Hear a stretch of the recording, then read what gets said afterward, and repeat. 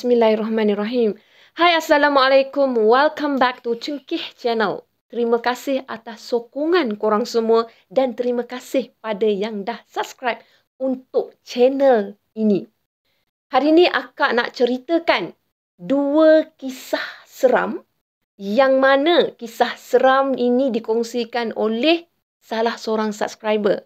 Dan untuk kisah yang kedua, akak sendiri akan kongsikan kisah seram akak. Bismillahirrahmanirrahim. Qul a'udzu birabbin nas, malikin nas, ilahin nas, min syarril waswasil khannas. الذي يوسوس في صدور الناس من الجنة والناس.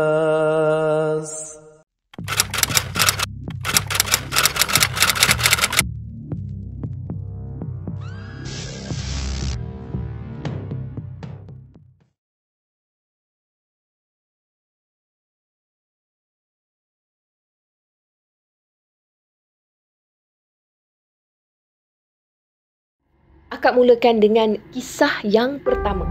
Kisah yang pertama ni dikongsikan oleh Ani.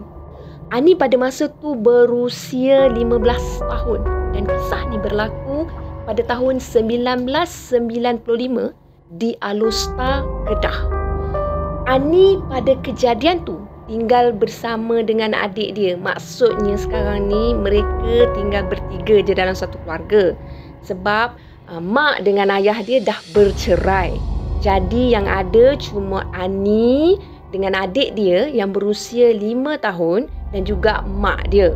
Jadi mak dia ni bekerja shift malam masa tu, masa kejadian tu. Akak nak bagi tahu kat korang ni sebab kisah ni mengenai rumah sewa. Jadi pada masa tu mak kepada Ani ni menyewa di sebuah rumah yang sangat usang sebenarnya. Akak nak sampaikan kat sini bahawa betapa struggle-nya mak dia sebagai ibu tunggal untuk membesarkan dua orang anak tau. Nak atau tak, dia tak ada pilihan. Bidang kerja dia mesti keluar malam untuk bekerja. Dan dia mesti tinggalkan anak dia ni yang seorang berusia 15 tahun dan seorang berusia 5 tahun. Dua-dua perempuan. Jadi pilihan yang ada, Ani kena juga struggle bersama dengan adik dia. Masa tu kan, Ani menyewa di sebuah rumah kampung yang akak cakap tadi memang usang gila. Akak bagi gambaran rumah tu. Rumah papan tu 100% papan. Tak ada orang kata separuh batu, separuh papan, memang tak ada, memang betul-betul papan. Rumah tu berada agak jauh daripada rumah-rumah yang lain tau. Akak bagi gambaran lagi, rumah tu dia rumah tinggi. Nak naik ke rumah tu, kena naik 5 anak tangga. Jadinya, kalau Ani ke adik dia ni akak tak bagi tahu kan nama dia Cak. Kalau adik dia ke mak dia ke nak pergi ke tandas, jadi mereka perlu turun lagi 5 anak tangga. Maksudnya, tandas berada di luar rumah. Jadi akak dah bagi gambaran untuk rumah. Sekarang, akak nak bagi gambaran untuk dalam rumah. Dalam rumah, dia ada satu set meja makan tau. Maksudnya meja makan yang disertakan dengan kerusi. Menurut kata Ani, meja makan tersebut, meja makan yang pattern lama-lama punya, pattern orang dulu-dulu punya tau. Jadi, dalam rumah tu juga dia ada set sofa. Sofa orang dulu-dulu, sofa yang lama-lama, yang antik-antik macam tu kan. Dia ada satu meja untuk meja teh lah, orang kata meja teh kan, macam tu kan. Di sudut yang tak sama lah. Maknanya meja makan berada di sudut hujung sini. Lepas tu meja teh, sofa tu berada di hujung belah sana. Macam tu lah kan. Ada sebab tau. Kenapa akak bagi gambaran ni tau. Orang dengar dan dengar baik-baik tau. Jadi, pada satu malam, semasa mak kepada Ani ni menyewa untuk hari yang pertama, masa dia pergi menyewa tu, mereka terkejut sebenarnya. Kenapa rumah sewa kali ni perlu menyewa dengan seorang nenek yang berbongkok tau. Nenek tu kalau tengok memang berjalan dia pun berbongkok. Malah nenek tu dia macam pada permulaannya ditulisnya nenek tu sangat baik tau.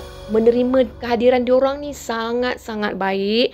Jadinya untuk mak kepada Ani ni satu situasi yang selamat lah untuk anak-anak dia. Sebab ada orang yang lebih tua akan tengokkan anak-anak dia tau. Jadi tak adalah dia rasa macam risau sangat nak tinggal mereka berdua ni pergi bekerja kan. Jadi untuk malam pertama Ani dengan Cha ni dia bermain dengan sangat seronok. Dia tak rasa macam pelik ke apa, tak rasa tau. Jadi mereka terlena tanpa mendengar sebarang bunyi yang menakutkan atau bunyi-bunyi yang pelik tau. Sampai esok pagi macam biasalah. Mak dia akan balik bawa dia pergi makan sebab mak dia tak sempat nak masak, penat nak rehat kan.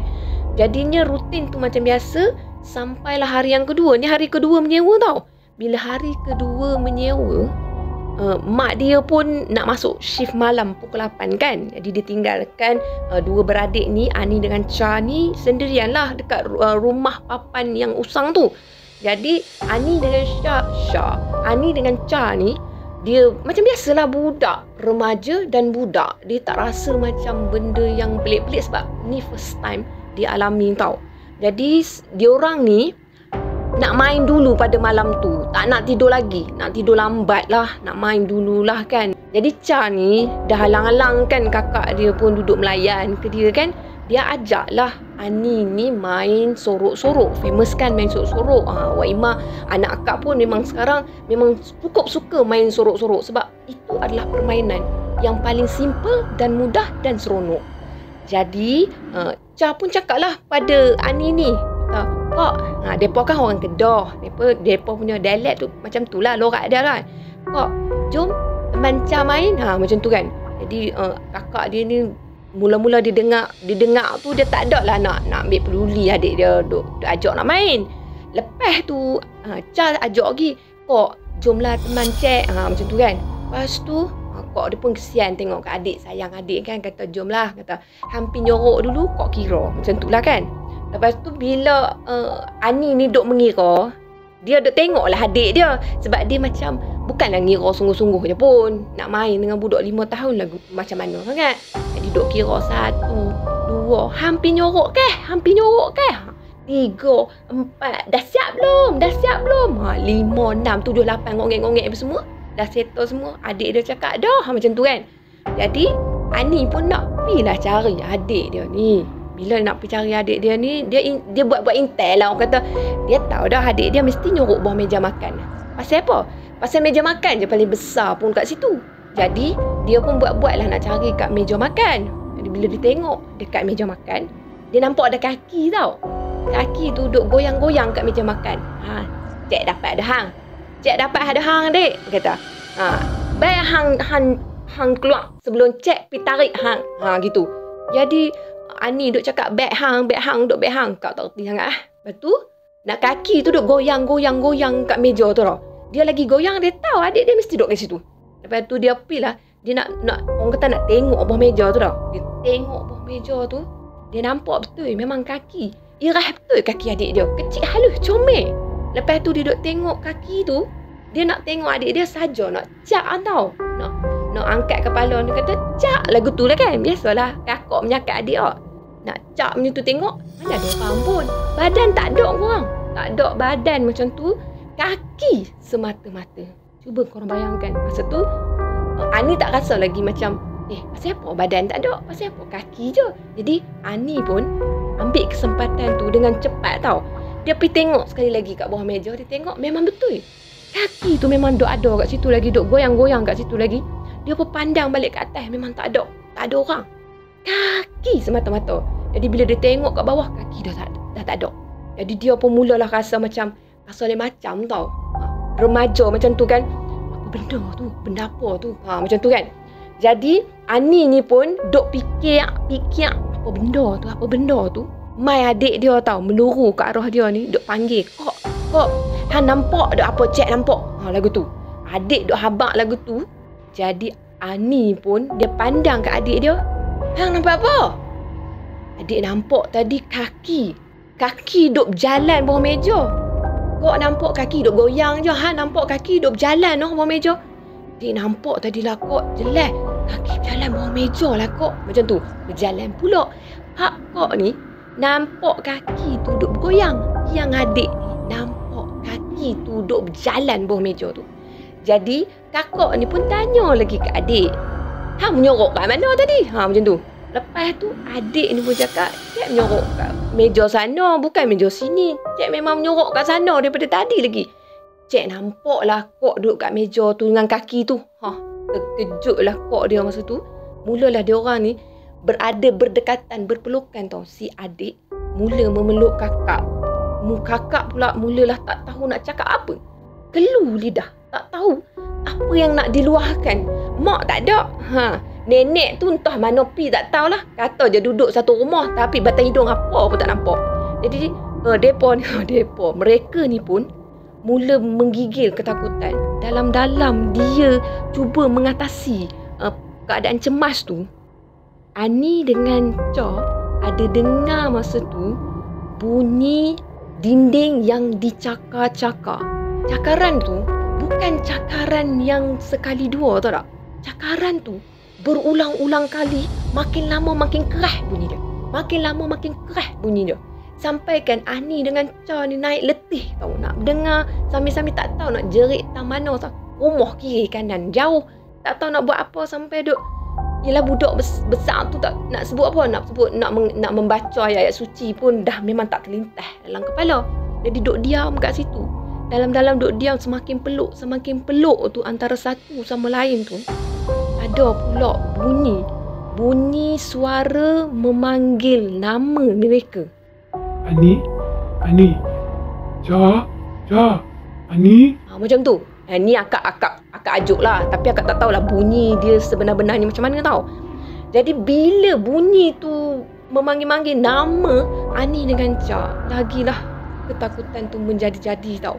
Ditambah pula korang, mereka juga mendengar suara tu diselangi dengan ketawa yang semakin lama semakin kuat, semakin keras, semakin kuat, semakin meremangkan diri budak borang tau. Jadi bila keadaan dah jadi macam tu, mereka boleh tertidur tau. Boleh tertidur dalam keadaan kepenatan kerana menahan gangguan demi gangguan pada malam tersebut. Bila dah lena, esok pagi sedap-sedap, mak depa balik, mak depa pergi kejut depa. Ani bangun. Cha, bangun. Dah lewat ni. Depa punyalah kena kacau malam tu sampai ke mak depa balik tu. Bukannya balik tu siap pukul 8 Orang kata habis kerja pukul 8. Ngongek sampai 9, 10. Sampai taruh tu depa tidur tau. Jadinya bila dah dikejutkan, dia mulalah tengok mak dia. Dia rasa selamat tau. Dia peluk mak dia. Mak dia pun heran pasal apa pula anak dia tiba-tiba duk peluk dia, diorang duk pegang tangan semua dah. Lepas tu mak dia pun cakap, Ani, Cha, kamu nak ikut mak pergi makan tak? Macam tu. Jadi dua beradik cakap nak. Laju je mereka jawab nak. Mana tak mau naknya, duduk rumah tu mereka dah rasa siau. Jadi kalau kamu nak pergi makan, kamu berdua pergi mandi dulu tau. Pergi bersiap, mak tunggu.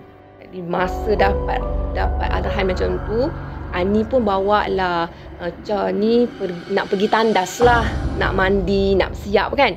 Bila dia pergi ke pintu belakang, sebelum ni Ani hari yang pertama kan, Ani dia tak pergi ke tandas lagi tau. Tapi untuk hari yang kedua, Ani pergi ke tandas. Bila dia buka pintu belakang, pintu dapur yang akak cakap kena turun 5 anak tangga tadi kan. Jadi dia buka je pintu, dia tengok je anak tangga tu. Itu pun dia dah rasa macam meremang tau. Sebab apa? Sebab nak menuju ke tandas tu punyalah jauh jugalah. Lepas tu dikelilingi dengan semak samun, dengan sampah sarap. Nak turun ke tak nak? Nak turun ke tak nak? Nak pergi tandas ke tak nak? Dalam-dalam duk fikir macam tu, mak dah panggil kat belakang. Ani, lekah. Hampa ni main apa? Pergi lekah. Pilah mereka lekah. Ke tandas tu, berlarilah mereka ke tandas tu. Pejam mata buat terti lah. Bila sampai ke tandas tu, dia buka situ tandas, sekali lagi dia rasa terkejut tau. Dia rasa terkejut sebab dia tengok tandas tu macam tandas yang tak ada orang guna. Maknanya tandas tu boleh pakai ke tak? Boleh mandi ke tak kat situ? Teruk sangat dia tengok dengan daun-daunnya, dengan orang kata bersemaknya. Tak terliok dia nak pergi mandi kat situ. Dia pun basuh muka je lah masa tu kan. Bila dia dah basuh muka dia dengan adik dia, cepat-cepat dia lari pergi naik atas balik semula. Lepas tu mak depa berdua ni pun terkejut tau. Pasal apa anak aku ni? Tadi duk peluk aku, sekarang duk lari pula terkejoh kat rumah, mai kat aku. Macam tu lah duk fikir dalam hati dia kan. Jadi anak-anak tak habaq apa pun lagi. Jadi anak-anak pun duk tengok rumah, tengok macam lain macam tau. Jadi mak dia ni pun bawa lah Ani dengan Cha ni pergi ke kedai makan. Sampai kedai makan, nampak tau gelisah pada muka anak-anak dia ni. Nampak sangat beza daripada happy semalam hari pertama ni dengan hari kedua ni berlainan. Jadi mak dia ni tak cakap banyak, tak apa. Hang nak minum apa? Hang minum. Hang nak makan apa? Hang makan. Masa tu makanan kegemaran dia roti bakar dengan teh ais macam tu. Sebab dia orang ni orang susah tau. Orang susah yang kais pagi makan pagi, kais petang makan petang. Kalau tak kais memang tak ada makan. Nak kena usaha kan. Jadinya untuk tidak menyusahkan mak dia ni, dia macam Ani ni tak adalah nak demand makan yang kata yang pelik-pelik, yang melebihi daripada pendapatan mak dia tau. Bagus, Ani ni budak yang sangat bagus. Adik dia pun sama. Akak sedih sebenarnya sebab akak pernah lalui situasi macam ni. Situasi hidup dalam terpaksa tau. Jadi akak teruskan cerita. Jadi masa tengah makan tu, Ani ni ambil kesempatan tu untuk mengadulah pada mak dia. Apa yang dia nampak, apa yang dia dengar, apa semua gangguan-gangguan tu tau. Mak dia boleh cakap dengan selamba. Terpaksa lah kan. Takkan nak bagi tahu tak apa, hang kemas baju, sekejap lagi kita pindah. Takkan nak cakap lagu tu kan. Jadi dia pun bukan senang nak dapat rumah sewa yang murah macam tu. Jadi mak dia cakap, tak apalah, mak try lah cari 2-3 hari lagi. Mak try lah cari rumah sewa. Jadi Ani pun cakap lah pada mak dia, sehari malam tadi pun memang cik dah tak tahan dah. Lagu mana nak bertahan sampai hari-hari seterusnya. Tapi Ani ni dia faham tau. Mak dia keluar malam pergi cari rezeki. Jadi dia kena reda, kena rela, dia kena juga hadapi situasi struggle tu tau.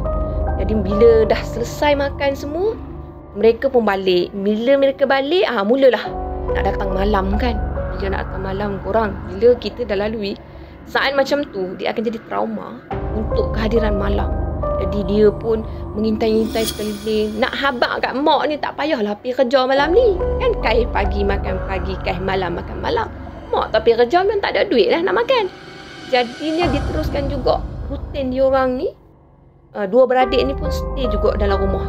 Tapi Alhamdulillah Ani tulis kat situ, malam yang ketiga tak ada gangguan apa pun.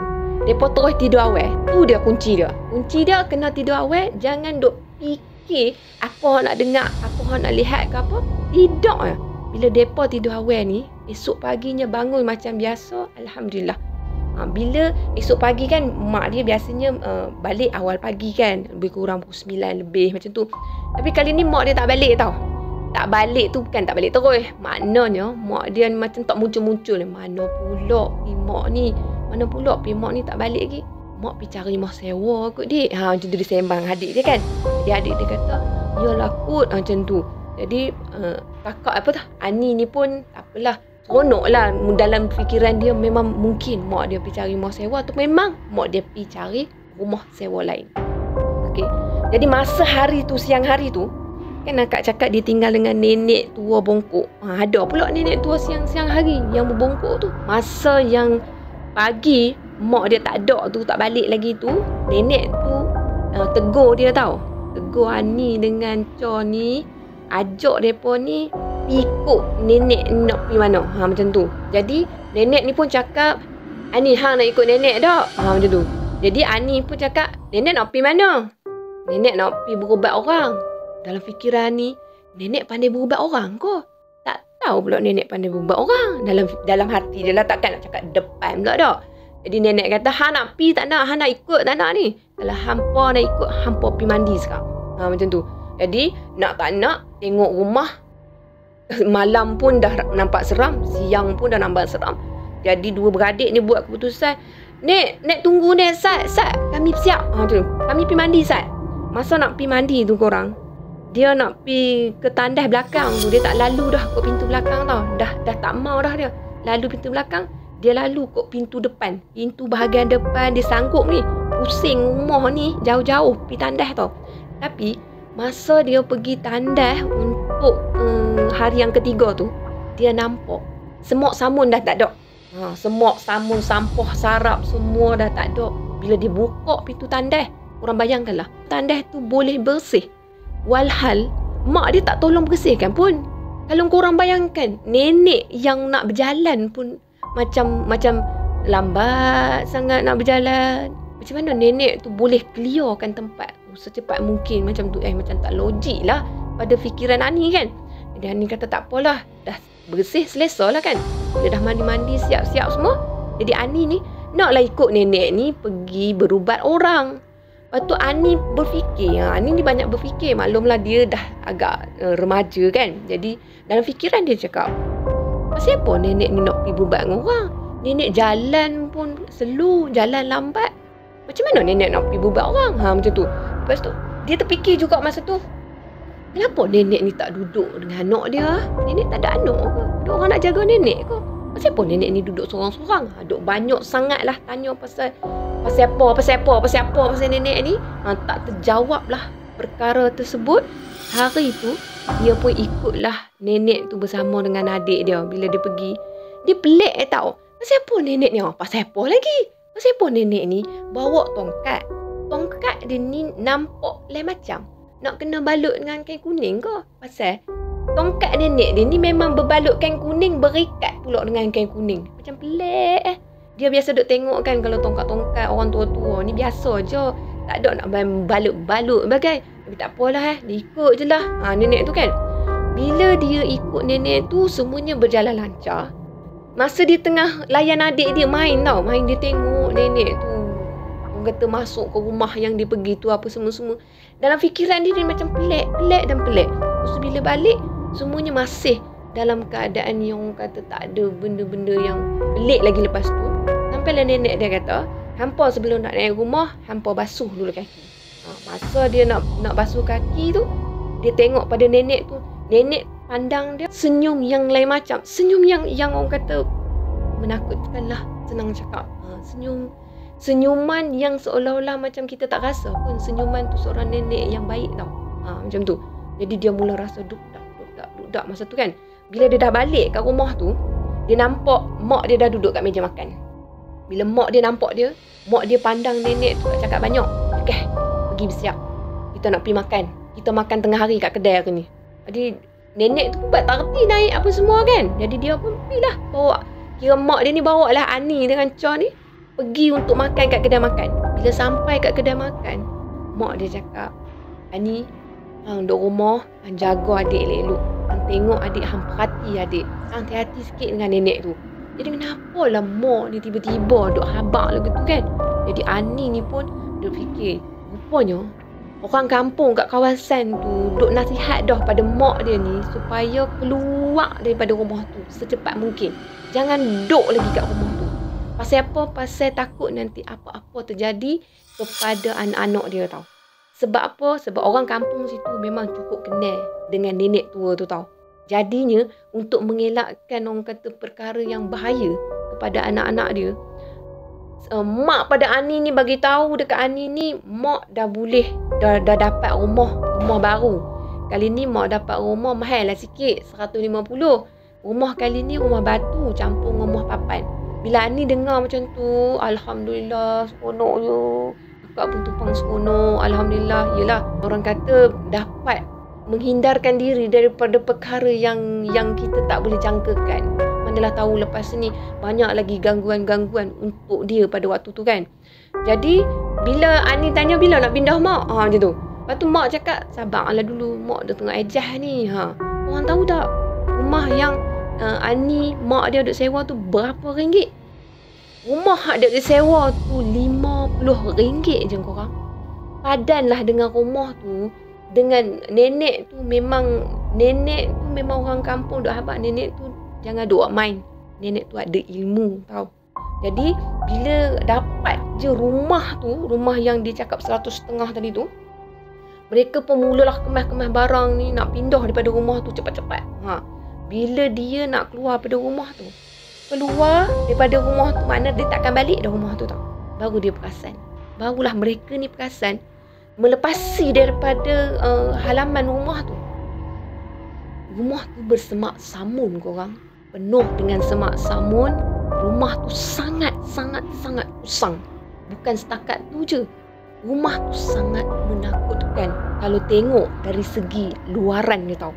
Jadi tak hairanlah kenapa orang kampung yang duk lalu lalang depan rumah tu asyik pandang je ke arah budak diorang ni setiap kali main tau.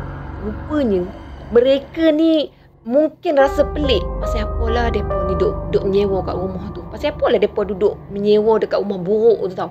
Jadi mak pada Ani ni sebenarnya dah macam ditutupi orang kata penglihatan dia. Duk rasakan rumah tu berpenghuni. Rumah tu sebenarnya tak berpenghuni.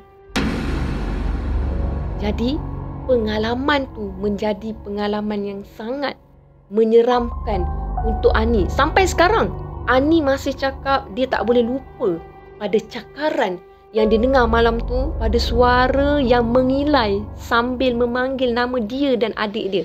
Dan paling menyeramkan dia yang dia memang tak boleh lupa, pada malam kejadian tu ada bau kemenyan. Korang boleh bayangkan tak?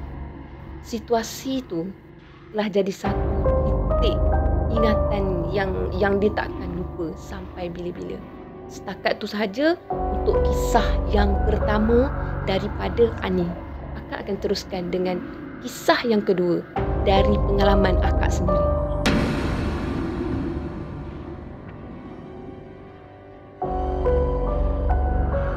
Akak teruskan dengan kisah yang kedua. Kenapa akak terpanggil untuk menceritakan pengalaman akak sendiri? Sebab akak pun masa tahun 1993. Maksudnya kejadian ni tahun 1993. Masa tu akak masih lagi di sekolah rendah. Akak juga asalnya daripada orang yang susah. Sama macam apa yang dilalui oleh Ani. Akak juga tinggal di rumah papan. Maknanya 100% papan. Rumah tu juga perlu naik 5 anak tangga. Sebab tu akak cakap, akak terpanggil untuk bercerita sebab akak teringatkan kisah Ani ni lebih kurang dengan pengalaman yang akak lalui. Jadi bila akak nak stay kat rumah tu, kita orang juga struggle untuk kais pagi makan pagi, kais malam makan malam. Maknanya kalau kita orang tak mengais memang tak makan lah.